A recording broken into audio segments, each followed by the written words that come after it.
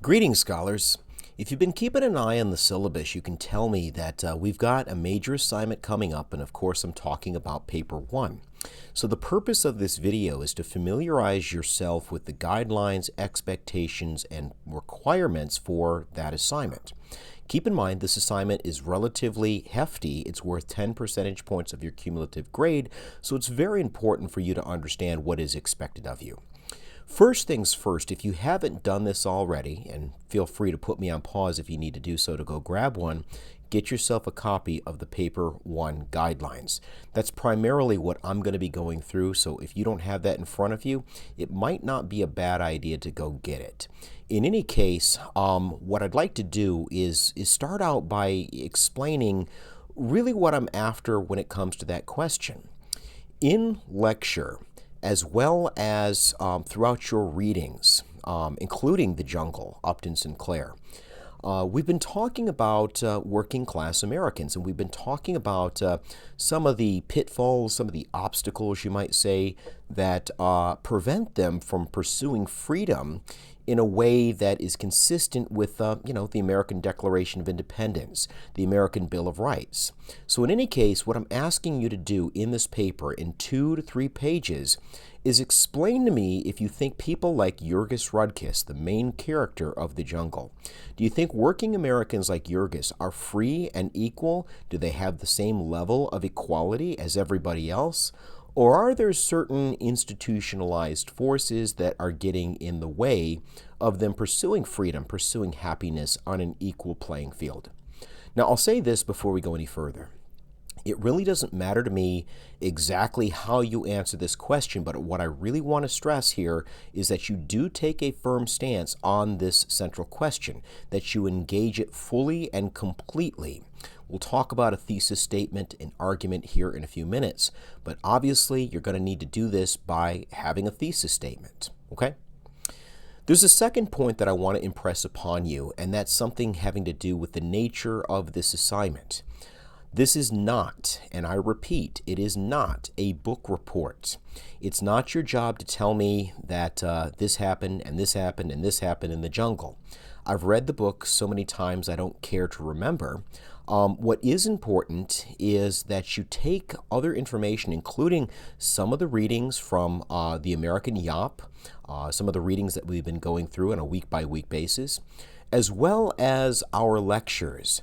If you've been regular in lecture, you can tell me that there's a lot of things that Jurgis is experiencing that we've actually discussed at length on a day-by-day basis here.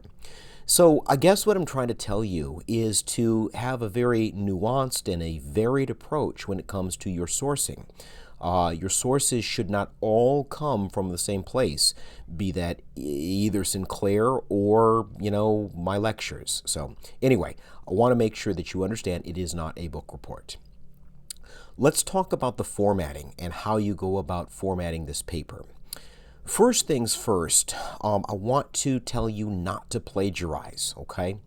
I know nobody necessarily intends to plagiarize. Generally speaking, it's been my experience that the people that get caught plagiarizing didn't really plan on doing it so much as they waited to the last minute to start the paper. When you do it that way, ultimately what you're doing is you're putting yourself in a position to set yourself up for failure. I know how this goes because I'm guilty of this as well. You go online to try to get those intellectual juices flowing, but the problem with doing it that way is those juices have a bad habit of following you back into the paper. And if you're not giving credit where credit is due, if you're not citing your source, it's essentially plagiarism. So the best thing that you can do to avoid this, stay offline. And I tell you that not because I think that there's some secret key out there. I tell you that because it really is the best way to avoid plagiarism. Next, this paper needs to be 2 to 3 pages in length. And those pages start up here, they end down here, okay? So 2 full pages. Try not to go over 3. Let me say this before we go any further. I think the vast majority of you will find that the big challenge is not, oh my goodness, how do I fill up 2 whole pages? I think most of you will find it challenging to stay underneath the 3-page maximum. So for the good of the order, everybody, If you go over by a line or two, a line or two is forgivable. 3 pages plus 3 more pages is not. That's actually defeating the whole purpose of this assignment. The purpose is to tell me what you have to say in a way that's not only engaging, but also in a way that's concise. It's short, it's sweet, it's to the point. That's the skill that we're trying to develop here, and I hope that that makes sense. I'd like you to double space everything. I would like you to use normal default 1-inch margins on everything. I would like the size of your font to be 12 point. Now, it can be whatever style that you like, as long as I can read it. If you're an Arial person, that's great. If you're more Calibri, that's fine too.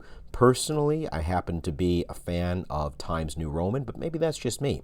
Anyway, the style is up to you. No bigger, no smaller than 12 point. So there's that. Your thesis statement. Now, the first thing that I want to say about the thesis statement, your argument, your central argument, is that it needs to appear in the introductory paragraph, right? The first paragraph. And I wanted to see it at the end of that intro paragraph. So your thesis statement, if this is news to you, jot this down. Your thesis statement needs to be in the intro paragraph, and it needs to be the last sentence of the first paragraph. You'd be surprised to learn how many people straight up do not know what they're arguing. So to make sure that I know, that you know what your argument is, I want you to boldface letter your thesis statement. That's the only place in your paper that I want to see bold lettering. Everywhere else needs to be just default settings, but bold letter your thesis statement so that I know that you know what you're actually arguing. All of your sources need to come from the material that we've covered in class. I don't need you to go to the Tamiment Library in New York. You don't have to go on a field trip. It's nothing like that. You don't even need to go to our library, okay? I've given you so much information between the jungle, the YOP, as well as our lectures, you could probably write 10 pages and still feel relatively cramped. So no outside sources. I want you to approach this paper with a level of professionalism that would be like if you were writing it for the Harvard University Press, okay? Try not to use personal pronouns. Things like, I think that. It's great that you think, especially in this day and age. I'm glad that you think. But again, professionalize this. One would think. It makes one think. Do you see how much more professional that sounds? Same thing is true of contractions. Please try not to use those. Can't, doesn't, won't. Cannot, does not, will not. Once again, approach this with a level of professionalism, please. If you fail to abide by the aforementioned formatting, there are some penalties that are involved in that, okay? So please, if you have questions, you know how to get a hold of me, please let me know.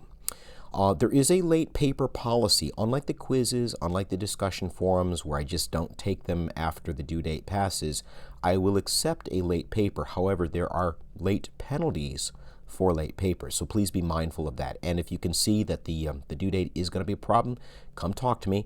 Cannot guarantee you an extension, but I can guarantee that I'll listen to what you have to say.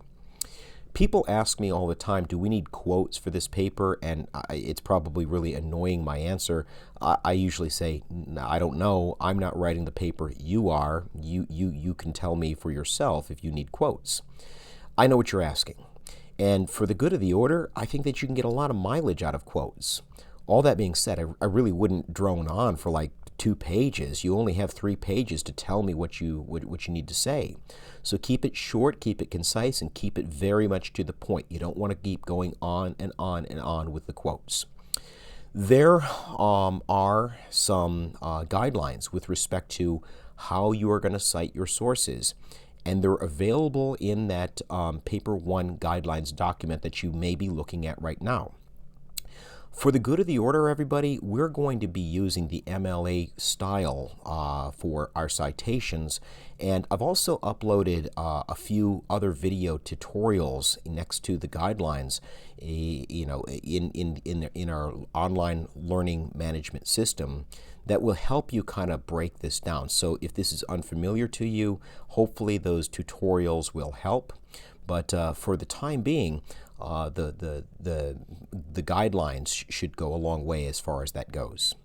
Now, part of what we're trying to do in here is instill some good academic habits. And one of the best academic habits that you can develop is tell your audience, tell your reader where you got your stuff from, where you got your sources from. And so I would like you to get in the habit of providing a works cited page, and I would like a works cited page with paper 1. So please provide a works cited page. Just so we're clear, that works cited page does not count toward, it does not count against the 2-page minimum or the 3-page maximum. So if you're looking at 2.5 pages, it's not as if I count that works cited and makes it go to 3.5 pages. It's not like that, okay? So anyway, I hope that that makes sense. If you have any specific questions as far as that is concerned, please let me know. The last thing I wanted to say is merely a suggestion. If this doesn't make a lot of sense to you, if you want to do it a different way, please, by all means, feel free. But if this was me and I had to write a paper like this, one thing that I might consider doing is using that 5-paragraph essay approach, okay? I don't know about you, but in high school English, in high school writing, that's how we were taught to write. Use a 5-paragraph essay. Very basic writing class, but you get the idea, okay? So paragraph 1, the intro, right, is your introduction, and you tell the reader what they're about to hear, what they're about to read. And then, of course, you've got a conclusion. And in the conclusion, you summarize your thoughts and you explain to them why you had to say what you had to say was important. So you tell them what you told them. And then in between that intro and the conclusion, you got your 3 body paragraphs. If I were you, not only would I use the 5-paragraph essay approach to writing a paper like this, it's going to help you with structure, it'll help you with organizing your thoughts, and I think it's also going to help keep you on pace to not go over that 3-page maximum. It's going to also make sense to me, the reader, okay? I think that that's going to go a long, long way. If I were you, I'd not only use the 5-paragraph essay approach, I might also choose 3 issues that you think are blocking freedom and equality for working class Americans.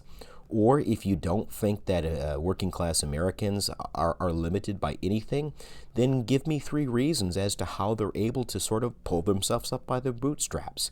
Again, I don't really care how you answer the question as long as you're taking a firm stance on that question. So once again, this is totally optional. If you want to do it a different way, but by all means, you're entitled to do it that way, okay? But if it were me, I would use the 5-paragraph essay approach. So that's all I've got for you. I hope that this video has been helpful, or at the very, very least, I hope that it has maybe put your mind at ease and you feel a little bit better than before you watched it.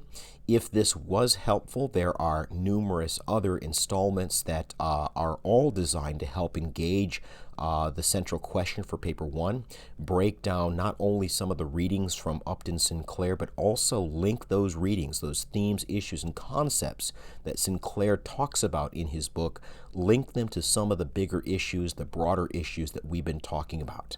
So if you want a little bit more help when it comes to writing this paper, more of these videos are available online. So that's where you can go to find some help.